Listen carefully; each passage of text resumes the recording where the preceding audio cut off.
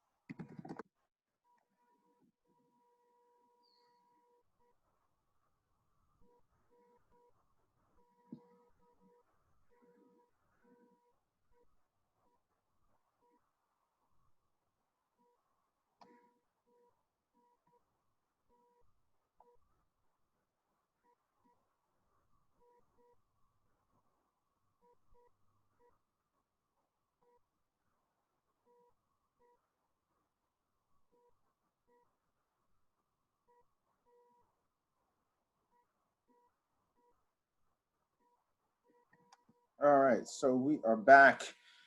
All right, so let's just make sure this is for you. So if you've seen coaches, I know I've experienced this. If you've seen coaches or consultants or subject matter experts in your niche, right, outperforming you, and you feel like you can do the same or better. So what do I mean by this? You know, when you see an ad or you see someone post something and you're thinking, oh, that person's doing that? Oh, I didn't know that. Oh, or someone that you know, maybe came up with in your particular field, you think, you know, you guys are maybe cohorts, right? Should be about the same, and maybe they're thriving, right? You're thinking like, wait, how come, you know, their business is booming and mine isn't, or isn't growing at the same rate? You definitely want to stick around. If you're a coach or consultant or a subject matter expert that knows there's a demand for your services, right? And you'd like to charge more without losing current clients or turning future prospects off. I know that's a big fear point for some people, right? Anytime I've consulted or coached a business owner or a consultant or whoever, and I've asked them to raise prices, they freak out. Like they don't even want to hear that, right? So it's always troubling to see that reaction. If you are a coach, consultant, subject matter expert with existing clients or practice, and you feel you're ready, right? Like you feel like, okay, things are going along. You're ready to take that next step towards a 5 or 6 figure a month business model, but you need help, right? Like you just don't know where to turn, what book to get, what podcast to listen to, or maybe you listen to all that, but it just hasn't quite connected some dots for you. Stick around. What else here? Let's see here. Okay, you're overwhelmed by the technical requirements you need to virtualize, automate, or scale your business, right? This is really big, guys, because what happens with this type of event, with this type of situation, is you're overwhelmed by technical requirements, right? So by being overwhelmed, and if you're just joining us, you can mute out. For those who are overwhelmed by the technical requirements, you need to virtualize or automate or scale your program. That could be a little bit overwhelming. And here's the other thing to question is, if you want to attract better clients in your pipeline or business who are happily chase you down to pay you more, right? I know that sounds silly, but actually I've witnessed this. I'm aware of this phenomenon. Trust me, that's the position you want to really be in, ideally, okay? And if you're tired of the headaches of working with difficult or cheap clients, we've all been there. We have all been there. Cheap clients that don't appreciate you, right? And or they're just trying to always get more, get more for what they're paying you. And you like help exchanging them for better clients. Definitely stick around. So I've covered in previous trainings, sort of like short burst trainings, I've covered, some secrets. Secret 1 and secret 2 is what we're gonna. I've covered secret 1, and actually, for those of you who I just sent the link to online on my timeline, I know that I talked about managing pricing. So let's actually kind of get into that. Before I was going to jump to the third secret, but let's jump into that, right? And let's talk about that. But before we kick off, let's talk about what's a blueprint. Blueprint wise, we're talking about, everybody always uses this term, blueprint.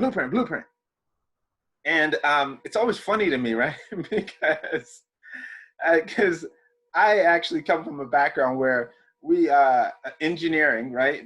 Civil engineering, where, when I take a look at blueprints, a blueprint is not singular.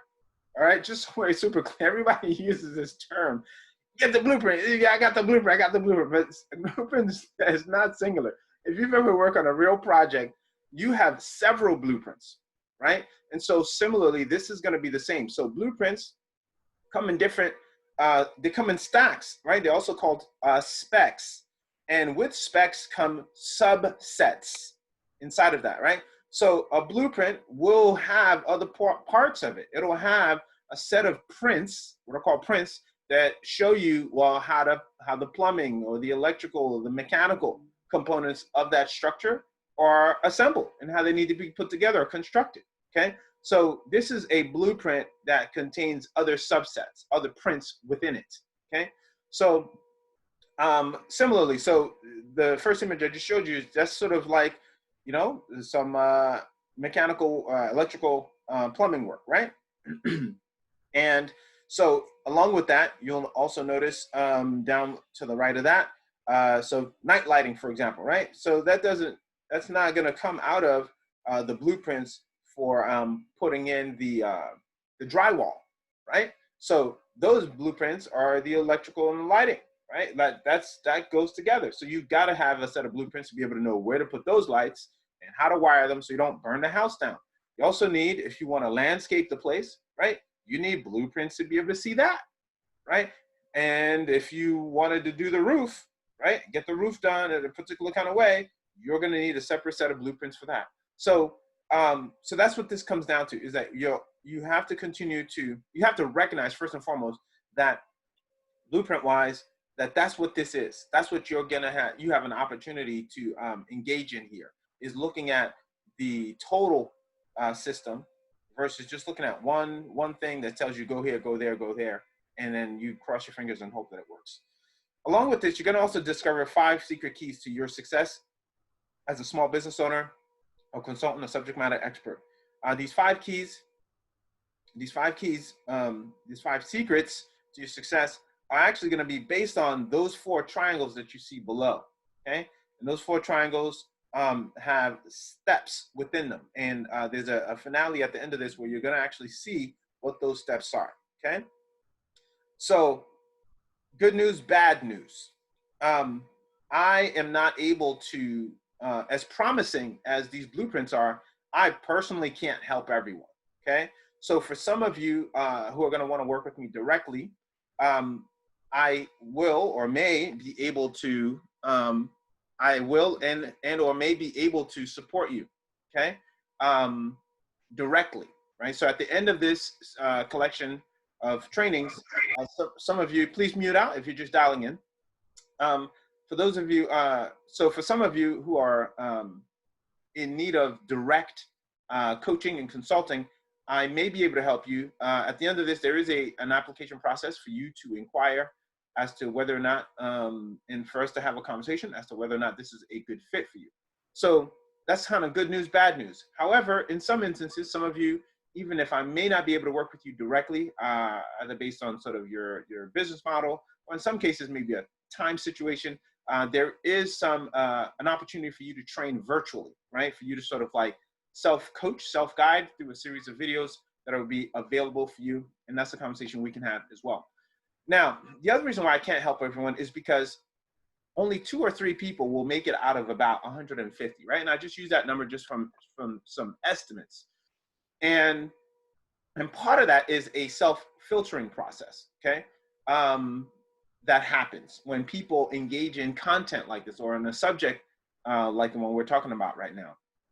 And if you want to understand what I mean, here's what I'm talking about. So this is like a marketing funnel, for example, right? And there's an audience that ranges from, let's just say, 2.6 million audience, right? Potential audience that can be served in ad, right? And that ad will range from anywhere from a couple hundred words to 840 or more words, right? And that's just kind of like an estimate of a last count that I did.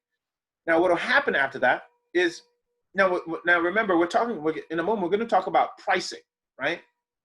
And this is going to be incredibly critical for you to understand when it comes to pricing, right? Would you agree that pricing wise, when something is higher, right, there's a little bit more exclusivity to it, right? So that's why this is really critical for you to follow, for you to understand, okay? So some of those who, of course, may have seen the ad, seen the link, or got invited, you have an opportunity, right, to opt in to learn more, right? So you saw something that got your attention. And then now you are watching this, right? So you are at a phase where you are, in the webinar training phase. And the question mark there, as far as viewers, is that number could be any number at any given point in time, okay? And that number is figured out, is a function of how many people leave, right? By the time they finish watching this, or decide, oh man, I know this already, I'm gonna try this on my own, right? And then of course there's about 8%, maybe 12 of you who are watching out of the, sort of batch, right? A group of people that are witnessing this, who are going to apply, right, and inquire to learn more. And out of that 12, right, they're going to be sort of those who end up sort of applying and getting accepted. And in that process is really a matter of, out of sort of integrity, of making sure that those are the people that I actually can help.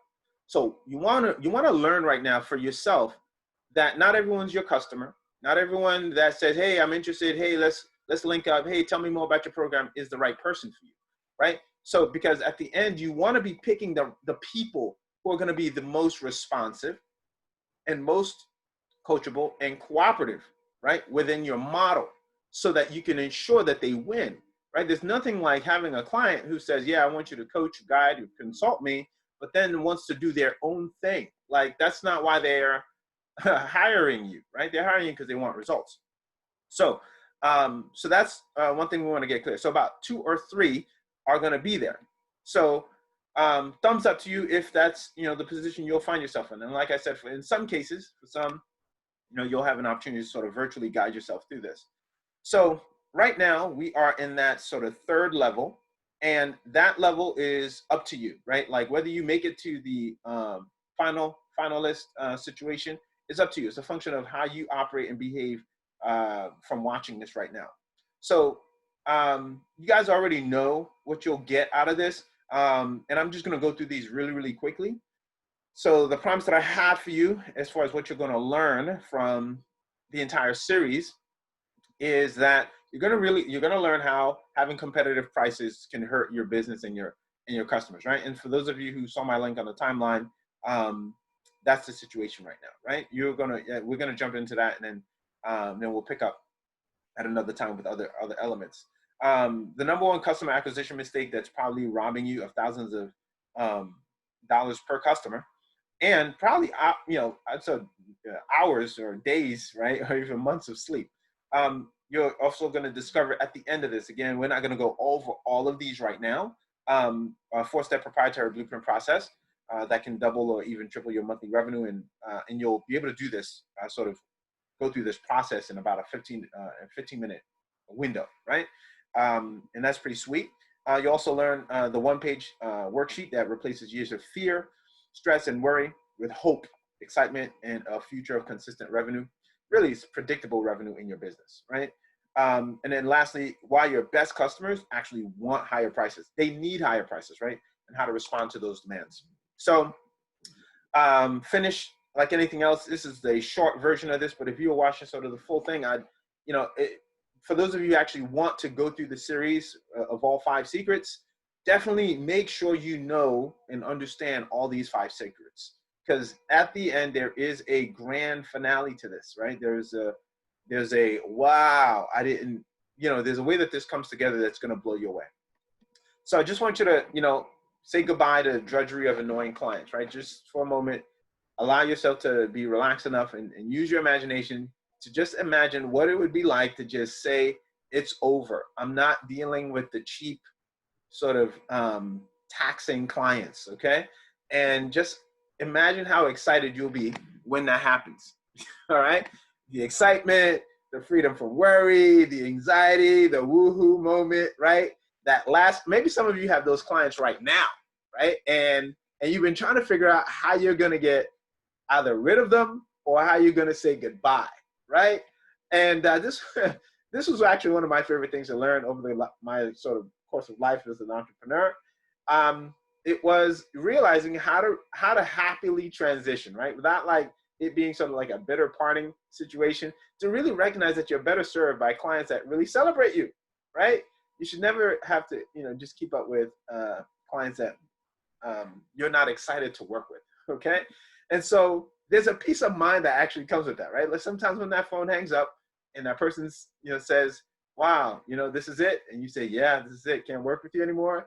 There is a peace of mind that comes with that. You don't have to think about their email popping up. You don't have to think about emailing them and them taking 7 weeks to get back to you, or having to then call them and then having to text them. Woosah, peace of mind, right? And then naturally what happens is that you're happier with the quality of clients that do get to come in and work with you. That's the best part, okay? So that said, there's just nothing like that feeling. And I just want you to know that that awaits for you. Along with that, you know, imagine actually having days of work that are where you are clear and focused with certainty daily as far as what you need to do, how you need to go about it, and what's going to happen in your business, right?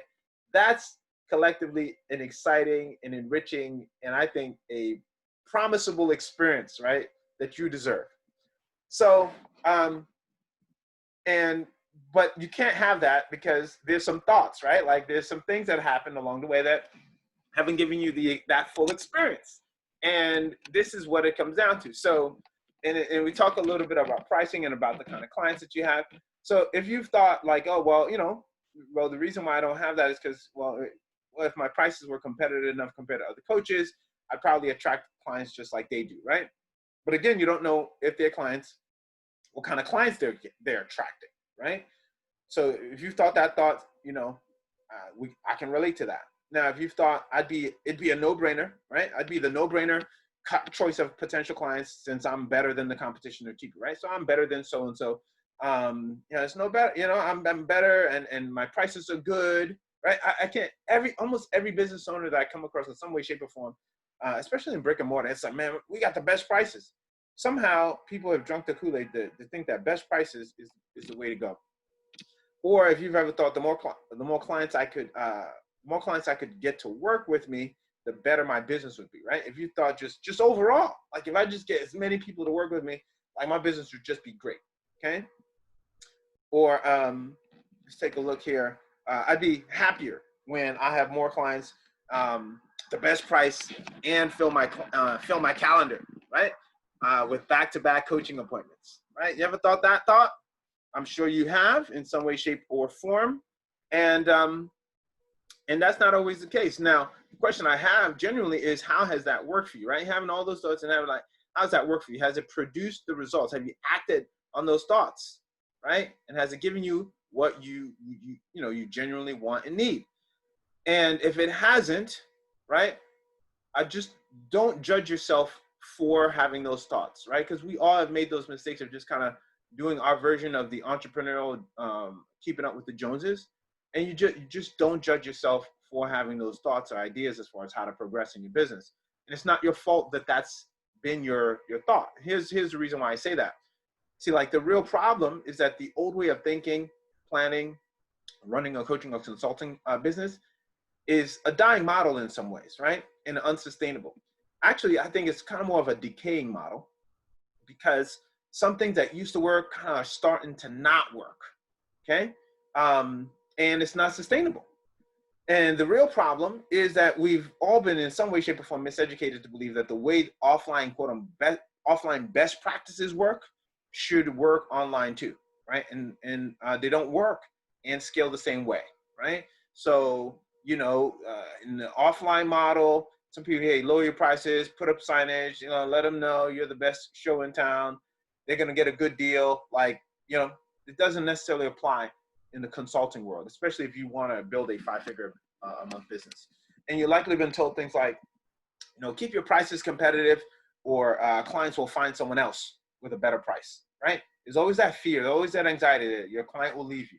And then you've probably been told something like, oh, the more clients you can close, the better off your business will be, right? So that means you just got to get more business in the pipeline. You've also been told things like, you know, do whatever you need to do to make your client happy so they'll keep coming back. And if you raise your prices, your customers will leave you for someone cheaper, okay? Now, I want to dive into this and just address that how competitive you're trying to keep your prices can hurt your business and your customers. And for those of you who've been crossing your fingers and holding your breath and saying, all right, let's talk about that pricing thing. This is the moment you've been waiting for, okay? All right. First, let's talk about the lie, right? The lie of competitive pricing. So everybody wants, you know, we all need to get the ball going, right? So sometimes we do start out at a lower price, But competitive prices, for the most part, we believe the lie that they attract more clients, right? Because you can sell more, right? Because more people can come to your doorstep and say, hey, I heard, you know, you charge, let's just use a number, $25 an hour. Joe over here is charging 75. I can't believe him. Can you believe that guy? Yeah, I know. I'm cheaper and I'm $25 and, you know, work with me. I'm a better $25 an hour. I'm a better consultant for da da da. And it's relative, right? Whether you charge 75 and the other person charges 150 or 220, it doesn't matter, right? Relatively speaking, everyone kind of jumps into this lie that because they're cheaper and quote unquote just as good as Joe, right? That somehow that should be good for business.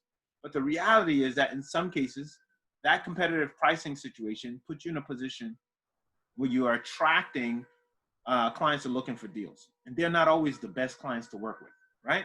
So that said, here's one of the things you want to take into consideration.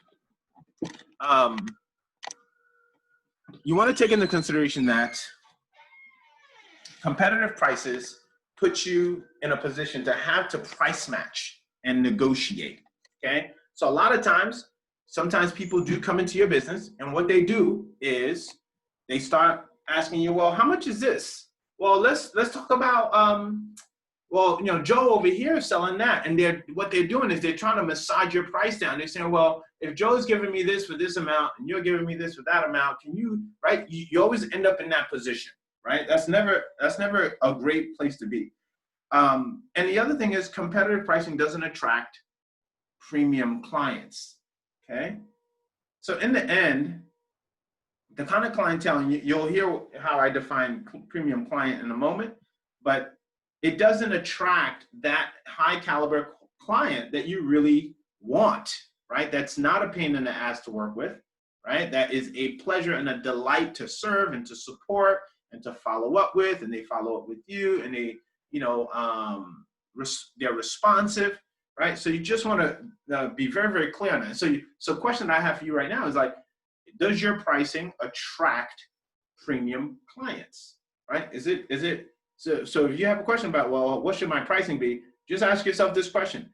Does my pricing reflect the kind of client that will give me and add peace to my life, right?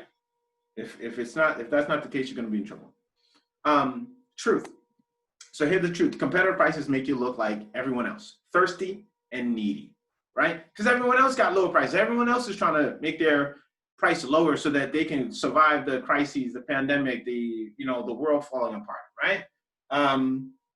And so when people see that, they're like, oh, well, you're no different than everybody else. And the thing I wanted to share with you is that higher pricing can set you apart and make you more attractive to premium clients. I think that's a given, right? Given what I said in the previous slide. And higher prices do attract premium clients. I've experienced this.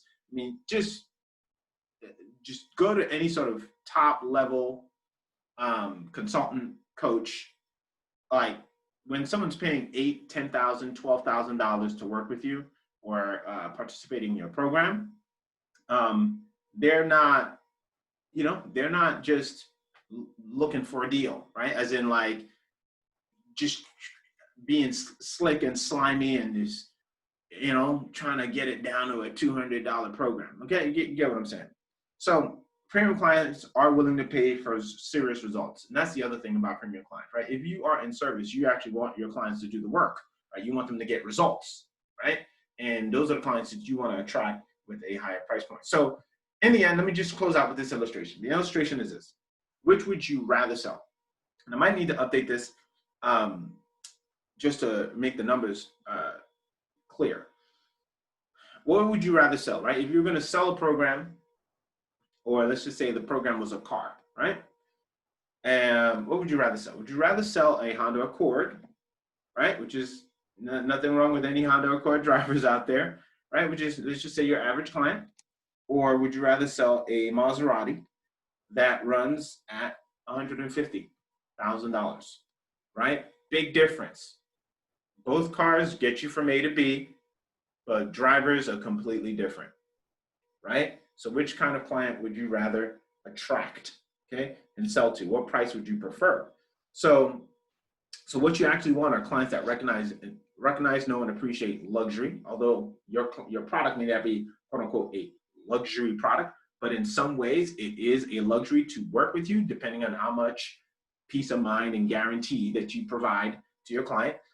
They're looking for luxury, um, convenience, and high-end service. Okay, that's going to be key. You want people who are attracted to the quality of work performed, right? There's some situations where like, hey, look, good enough is good enough, and some people who want excellent work and service. You want people who pay in full, right? So on time and consistent without you chasing them, right? This is actually really key. And show up and pay attention, right? I can't tell you enough times how I've been in instances where, you charge someone for something, but, you ask them for information or you're following up with them and you're starting to question, like, did they pay you for this service? Or why are you working so hard to follow up with them, right? You want people who show up, pay attention, and do the work, and do the work assigned to get the results, okay? In other words, you want them to be coachable, right? If you, again, don't have your pricing right, you can't get this, right? You will not attract these kind of folks. Now I could get into another live, but I won't. But at the end of this, what you should know is that a couple things. One, I want to talk about the scalability. The scalability of low price point. When you think about low price point offers. So if you have a low price point offer and you're trying to figure out, well, this doesn't make sense, and you look at your product and you say, well, I can't charge thousands for this or tens of thousands for this, that's the problem, right? You have to reinvent, you have to rethink, re-examine, and design a product that's worth $1,000, $2,000, $3,000, $10,000, $15,000, $50,000, right? You've got to do that work, right? If you're not willing to do that work, then there's no hope for your business to really be scalable, right? And provide you with the kind of peace of mind that I talked about a few slides back. So if you do have a low price point offer, in other words, you want to sell that Maserati level product or service, we'll help you build a premium program, right? You're not stuck with what you got, right? There is help for that in looking at what your offer is and how it's positioned in order for it to really work and make a difference. So that's that. Before we get too far ahead, if you are interested in following the rest of this series and seeing what lies ahead, I would definitely invite you to, depending on when you see this, right? So if you are part of the community already, and you haven't started or you haven't completed your application, well, a couple things. One, finish the training, finish watching the entire training. If you've already finished the training and you've been on the fence trying to figure out whether or not this program will work for you or not, let's have a conversation, right? There should be a link available somewhere near this, depending on where you get this, that will allow you to schedule an appointment, right? If you've kind of gone through it already. But for those of you who need to watch the rest of the training, or maybe even if this is new, there'll be a link as well. So if this is your first time seeing this, there's a link. You actually see the training from top to the end. If you've already kind of started your training, and this is maybe a revisiting for you, and you're ready to, you didn't see the rest of this, of course, there's a link available for you as well. And then for those of you who have seen this, and you've kind of been thinking like, wow, some things, this doesn't just not only make sense, but it could really be a game changer for you, then let's schedule an appointment and have a conversation about how we can take your program to that next level, right, of where it needs to be. So that said, thank you guys for watching. If you have any questions, I'll take some right now. Does anyone have any questions about this, about anything that I've shared so far? I'd be more than happy and more than glad to get your questions answered. Any quick questions? Just wait a minute here. I'd love to take a question, because just remember, your questions usually are not just your questions. They're questions that hundreds of other people probably have, but sometimes don't necessarily voice. So let's get some questions, some Q&A from you right now. See, I got a question coming in. All right. Okay. All right, hang on one second here. Let's see what this question here is. All right, guys. Okay, so how do I start assessing if my current pricing is ready to be increased, and if I price too high? Okay, good. So thank you for that question. So how do I start assessing if my current pricing is ready to be increased, and what if it's too high? All right, so you know, there's this sort of rule of thumb that I got from one of my mentors about pricing. If it's ready to be increased, so there's two sides of this. You have to ask yourself, how many clients, right, are you comfortable with working with at any given point in time? Okay. So, you know, chances are, like for me, I don't want to work with at any given directly, right? If I'm like one-on-one with people, I don't want to work with 2 or 3, more than 2 or 3 at any given point in time. And that's even pushing it, okay? Because I know the type of work it takes to service that client, okay? So, so pricing-wise, if my product and my service was a lower price point, I know that there'd be more demand. So you know, in some ways, actually no, take a step back. In some ways, that 2 or 3 clients, I have to assess. All right, for me to work with, based on my preference of working with 2 or 3 clients, what's the value, right? That what number works? What number works, right? So if we're talking about 5 figures, so minimally, each of those clients should be about, say, 5 to 10,000. Okay, depending on what the product is, right? All right. So my current pricing, I know based on sort of the sort of 4 criteria that I use: peace of mind, stress-free. Can I expect predictable results? What else is in there? Like when I look at my criteria, like I have to look at like how, based on those number of clients, what numbers work, right? So that's like on one hand, like what numbers work.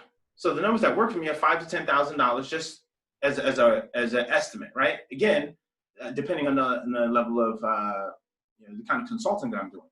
So let's just start there. So for you, if you have, you know, how many clients do you want in any given month, and how many clients, you know, based on pricing, right? On your pricing, like how many clients do you need in order for you to hit that 5-figure number, right? And when you look at that, how much work is required to like maintain that, right? So they're talking about scaling here. Like we want to do things that reduce the amount of work, right? You should be able to increase revenue, be stress-free, increase revenue with less work, have predictable results, and be able to have peace of mind. If those 4 things, right? Those 4 things have to be reflected in your pricing, okay? So your pricing cannot be pricing that gives you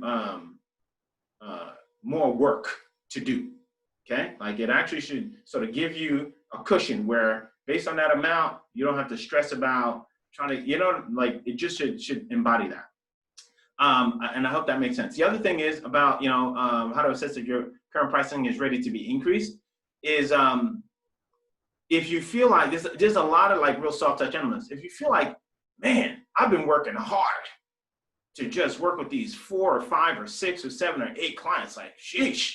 If you feel that, you're not charging enough, right? You should charge, you know, your pricing should reflect that balance.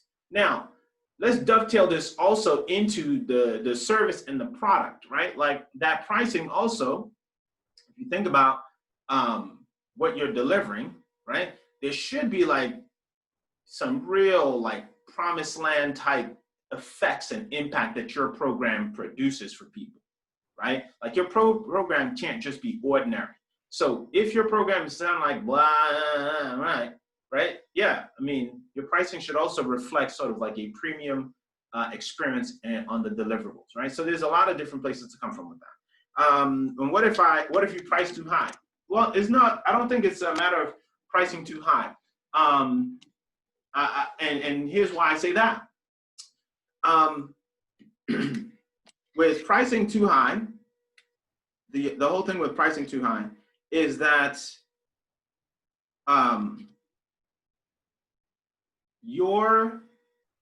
the way, a couple things. Of course, people naturally will say to you, if you get on the phone with them and say, hey, man, that's a lot of money.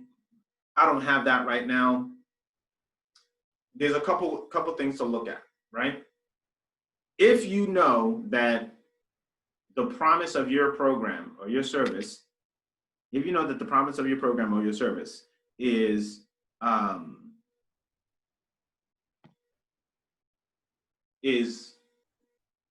like it's so worth the price, right? Like it's beyond worth the price. It's like 3 to 5 or 10 times the reward, right? The amount of peace of mind that person feel, how great that person will be in their job or with their family or with their child or whatever it is that you're offering.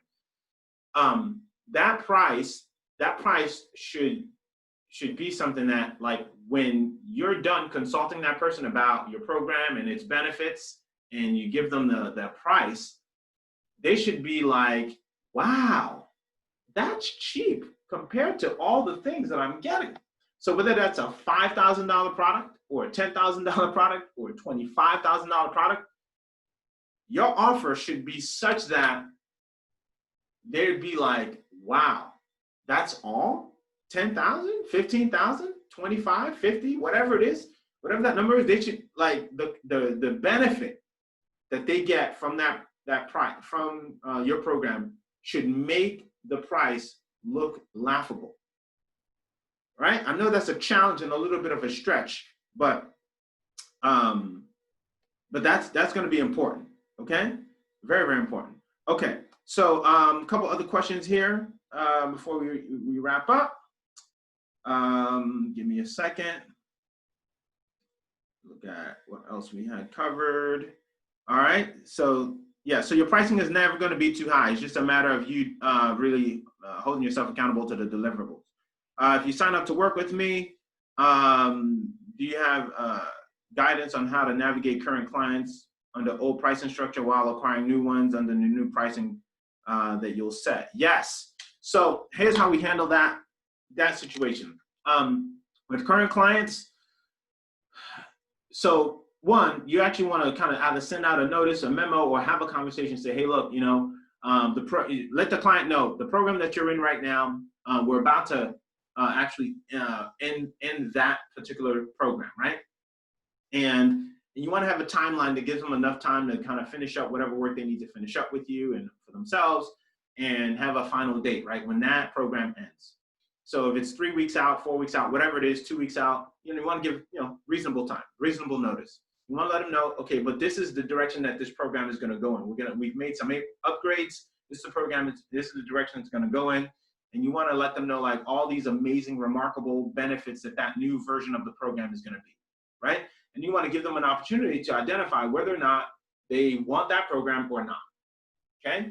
So we go through that with you, right? We go through how your current program is set up, and in some ways how you might be selling people short, right? How you actually should, of course, naturally be charging them more, but maybe out of just whatever your situation is, you charge them less. But we walk you through how to really reevaluate your program, how to add some bells and whistles to it. And like I said, like the slide says, we'll help you build a premium program. That client goes, wow. And what I've seen also, if you guys know the story about Charles that I share about, sometimes with people who are going to that next program, or maybe even subscribe to your new program, when you let your current clients know, like, hey, look, just so you know, there are other people in this other program already, that kind of awakens them to the fact that, wow, you really have been giving them a deal, right? And in some cases, they'll step up, right? They'll step up to the challenge and pay the new premium, and or, like I said, it will no longer be your clients, and that's okay too, because you don't necessarily have any more sort of like the bandwidth and the time and the energy maybe to invest to sort of put that type of work in and get that lower price point reward, right? Okay, so that's it, guys. I want to thank you guys for being on, and those who, of course, joined us live. Thank you, thank you, thank you. Appreciate you in your contribution. And for those who are already, of course, going on to the next step, like I said, there's 3 kinds of people at this point in time. Those who, this is your first time, who you're seeing this, and you're going, wow, I need to learn more about this. And you want to, of course, take it from the top and watch the whole training. 2, those of you who've already started the training and you're like, oh man, I need to finish, right? Great, finish, make sure you finish, and then apply if you're a right candidate. And then there's those of you who've actually already finished, and maybe this is a good refresher, and you're going, wow, I didn't get this when I first saw this, right? This program actually is probably exactly what I need, right? And you want to apply. There's a link for you to actually schedule a time for a consultation, and for us to identify if this would be a good fit for you, right? And for us to work together, right? Because we're really all about making sure that you identify yourself as a premium client and see the impact, right? And the quality of work that we do.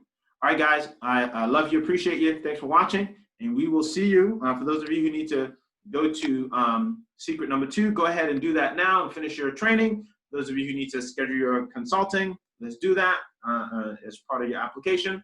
And then those who are seeing this for the first time, you're in for the ride of your life and a treat. All right, guys, I will talk to you guys soon. Have a great one.